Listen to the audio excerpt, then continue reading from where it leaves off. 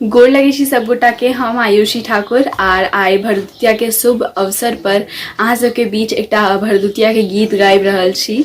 जो गीत नीक लागे तो लाइक सब्सक्राइब कऽ देबै आ कमेंटो कऽ देबै। बहिन के घर में आई मचल छै, बहिन के घर में आई मचल छै भैया के सत्कार।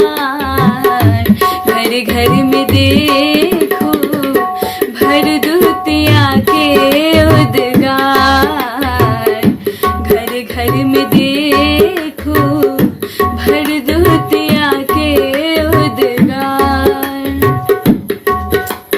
धिया पुता सब मून मगन भव नाच रहल, बड़की काकी झटपट सौंग नानी पल।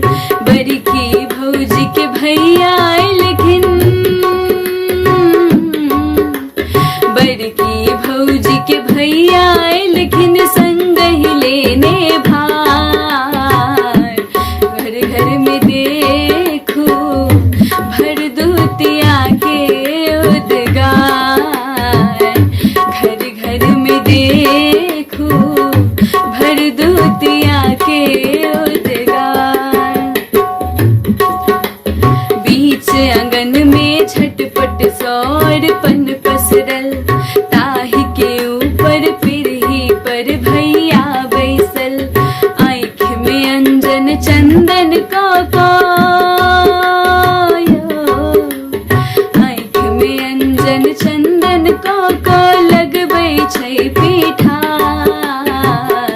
घर घर में देखो भरदुतिया के उद्गार, घर घर में देखो भरदुतिया के उद्गार।